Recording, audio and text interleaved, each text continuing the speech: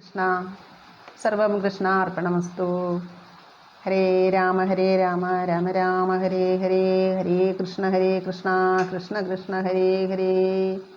ഓം നമോ ഭഗവതേ വാസുദേവായ.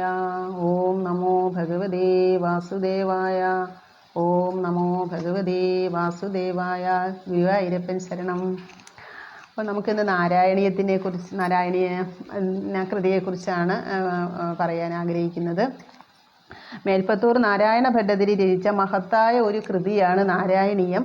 എല്ലാവർക്കും അറിയാം, ഭക്തിരസം നിറഞ്ഞു തുളുമ്പുന്ന ഒരു സംസ്കൃത കൃതിയാണ് നാരായണീയം എന്ന് പറയുന്നത്. മേൽപ്പത്തൂർ നാരായണ ഭട്ടതിരി നമ്മുടെ ഇപ്പോഴത്തെ മലപ്പുറം ജില്ലയിലാണ് ജനിച്ചത്. വാതരോഗത്താൽ പീഡിതനായ കവി തൻ്റെ രോഗശമനാർത്ഥം ശ്രീ ഗുരുവായൂരപ്പൻ്റെ സന്നിധിയിൽ അഭയം പ്രാപിച്ചു. നാരായണീയ രചനയിലൂടെ രോഗമുക്തിയും ആത്മസാക്ഷാത്കാരവും നേടി. അപ്പം ഈ നാരായണീയ രചനയിലൂടെ അദ്ദേഹത്തിന് രോഗമുക്തി ലഭിക്കുകയാണ് ചെയ്തത്. ഈ കാലഘട്ടങ്ങളിൽ എല്ലാവർക്കും ഉപകാരപ്രദമായിട്ടുള്ള ഒരു കൃതിയാണ്, ഒരു സംസ്കൃത കൃതിയാണ് നാരായണീയം. ഇത്ര മഹത്തായിട്ടുള്ള ഒരു കൃതിയാണ്. അതെല്ലാവരും വായിച്ച് പഠിക്കാൻ ശ്രമിക്കുക.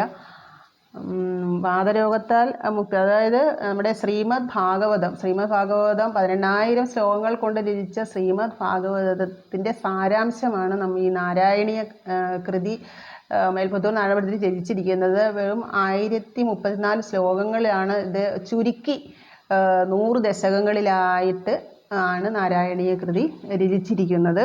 അതിമഹത്തായ വരികളാണ് ഇതിനകത്ത്. 18,000 ശ്ലോകങ്ങളുള്ള ശ്രീമദ് ഭാഗവതത്തിലെ ഭഗവത് മാഹാത്മ്യ വർണ്ണന നാരായണീയ രചനയിൽ 100 ദശകങ്ങളാക്കി ചുരുക്കി 1334 ശ്ലോകങ്ങളാക്കിയാണ് ഇത് രചിച്ചിരിക്കുന്നത്.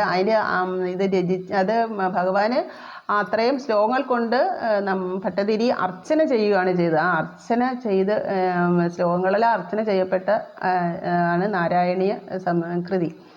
100-ാം ദശകം 100-ാമത്തെ ദിവസമായപ്പോൾ ഭഗവാൻ പ്രത്യക്ഷപ്പെട്ട് കാണിച്ചു കൊടുക്കുകയും ശ്രീകോവിലിനുള്ളിൽ പ്രത്യക്ഷപ്പെട്ട് കാണിച്ചു കൊടുക്കുകയും അദ്ദേഹത്തിന് രോഗമുക്തി വന്നതായുമാണ് പറയുന്നത്.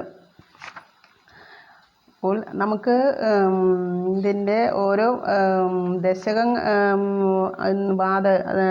വാതരോഗമുക്തിക്കായി അപ്പോൾ രചിച്ച ഈ കൃതി നാരായണനെ സംബന്ധിച്ചിടത്തോളം, ഭഗവാനെ സംബന്ധിച്ചിട്ടുള്ളത് കൊണ്ട് നാരായണീയം എന്ന പേരും, നാരായണനാൽ രചിക്കപ്പെട്ട കൃതിയാണ് എന്ന രീതിയിലും നാരായണീയം, അങ്ങനെ 2 തരത്തിൽ ഈ നാരായണീയം എന്ന പേരിൻ്റെ ഒരു ഇത് പറയുന്നുണ്ട്.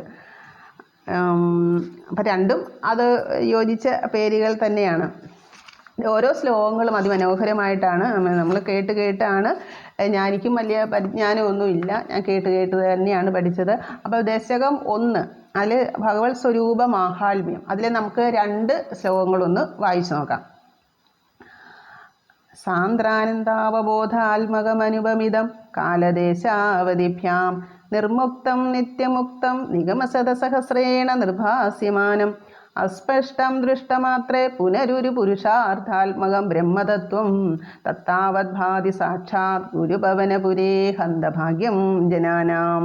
അതായത് നിറഞ്ഞു തുളുമ്പുന്ന ആനന്ദബോധമാകുന്ന, അതായത് ഭഗവാൻ എപ്പോഴും ആനന്ദദായകനാണല്ലോ, ഭക്തർക്കും ആനന്ദം കൊടുക്കും, ഭഗവാനും ആനന്ദദായകനാണ്. ആനന്ദാവബോധമാകുന്ന സ്വരൂപത്തോടു കൂടിയതും ഉപമകളില്ലാത്തതും കാലദേശ പരിധികളിൽ നിന്നും നിത്യമായി മുക്തമായി തീർന്നതും 100,000 വേദമന്ത്രങ്ങളാൽ തെളിഞ്ഞു വിളങ്ങുന്നതും ദർശനമാത്രയിൽ സ്പഷ്ടമല്ലാതിരിക്കുന്നതും എന്നാൽ മഹാപുരുഷാർത്ഥമെന്ന് അനുഭവപ്പെടുന്നതുമായ ആ അനുഭവമാണ്.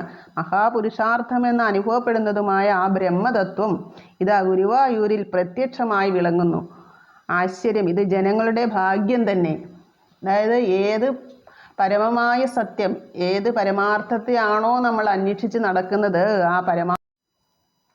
ഏതൊരു പരമമായ സത്യം, പരമാർത്ഥത്തെയാണോ നമ്മളെല്ലാവരും അന്വേഷിച്ച് നടക്കുന്നത്, ആ പരമമായ സത്യം സാക്ഷാൽ ഗുരുവായൂരിൽ പ്രത്യക്ഷമായിട്ട് വിളങ്ങുന്നു എന്നാണ് കവി പറഞ്ഞിരിക്കുന്നത്. ഗുരുവായൂരപ്പൻ ശരണം.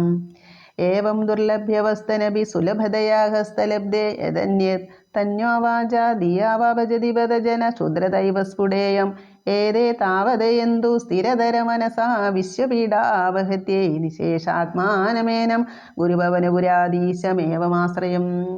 ഈ വിശ്വത്തിലുള്ള സകല ൻ്റെയും രോഗശാന്തിക്കായും രോഗപീഠ ശമനത്തിനായിട്ടും ഈ ഗുരുവായൂരപ്പനെ തന്നെ ആശ്രയിക്കുക എന്നാണ് പറഞ്ഞിരിക്കുന്നത്. ഇപ്രകാരം അസുലഭമായ ഒന്ന്, അതായത് മഹാപുരുഷാർത്ഥമായി അനുഭവപ്പെടുന്ന ആ ബ്രഹ്മതത്വം സുലഭമായി നമുക്ക് കൈവന്നിരിക്കുകയാണ്. സുലഭമായി കൈവന്നിരിക്കെ ജനങ്ങൾ ശരീരം കൊണ്ടോ വാക്കുകൊണ്ടോ മനസ്സുകൊണ്ടോ അന്യമായ മറ്റെന്തിനെയെങ്കിലും ഭജിക്കുന്നത് ക്ഷുദ്രം തന്നെ.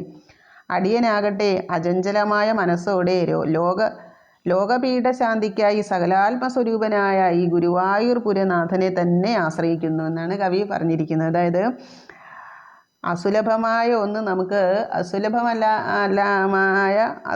കിട്ടാത്ത ഇരിക്കുന്ന ആ മഹർഷിമാരും ഋഷിമാരും ഒക്കെ വേദാന്തങ്ങളെ അനേക ശ്ലോകങ്ങൾ കൊണ്ട് ചൊല്ലിയിട്ടും ദൃശ്യമാകാത്ത ആ പരമാത്മസ്വരൂപനായ ഭഗവാൻ, അത് അസുലഭമായ ഒന്ന്. ഇപ്പം അനുഭവത്തിൽ ആ ബ്രഹ്മതത്വം സുലഭമായി നമ്മുടെ ഗുരുവായൂർ ക്ഷേത്രത്തിൽ ചൈതന്യരൂപമായി വിളങ്ങുന്നു. സുലഭമായി കൈവന്നിരിക്കെ ജനങ്ങൾ ശരീരം കൊണ്ടോ വാക്കുകൊണ്ടോ മനസ്സുകൊണ്ടോ അന്യമായ മറ്റെന്തിനെങ്കിലും ഭജിക്കുന്നത് ക്ഷുദ്രം തന്നെ എന്നാണ് കവി പറയുന്നത്. അചഞ്ചലമായ മനസ്സോടെ ലോകപീഠശാന്തിക്കായി സകലാത്മസ്വരൂപനായ ഈ ഗുരുവായൂരപ്പനെ തന്നെ ആശ്രയിക്കുക എന്ന ഭട്ടതിരിപ്പാട് പറയുന്നു. അതുപോലെ കൊണ്ട് ഞാൻ ഗുരുവായൂരപ്പനെ തന്നെ ആശ്രയിക്കുന്നു, അതുപോലെ എല്ലാവരും അതുപോലെ ആശ്രയിക്കാനാണ് പറഞ്ഞിരിക്കുന്നത്. അത്രയ്ക്ക് മഹത്തായ ചൈതന്യമാണ് നമ്മുടെ ഗുരുവായൂരിൽ വിളങ്ങുന്നത് ദൃശ്യമാത്രയിൽ തന്നെ. അപ്പോൾ ഇത് എല്ലാവരും ഇത് പഠിക്കാൻ ശ്രമിക്കുക. നാരായണീയം ഒന്നോ രണ്ടോ, ഇപ്പം നമ്മൾ ദശകം 1-ലെ 2 ശ്ലോകങ്ങളാണ് ഇപ്പം പറഞ്ഞത്.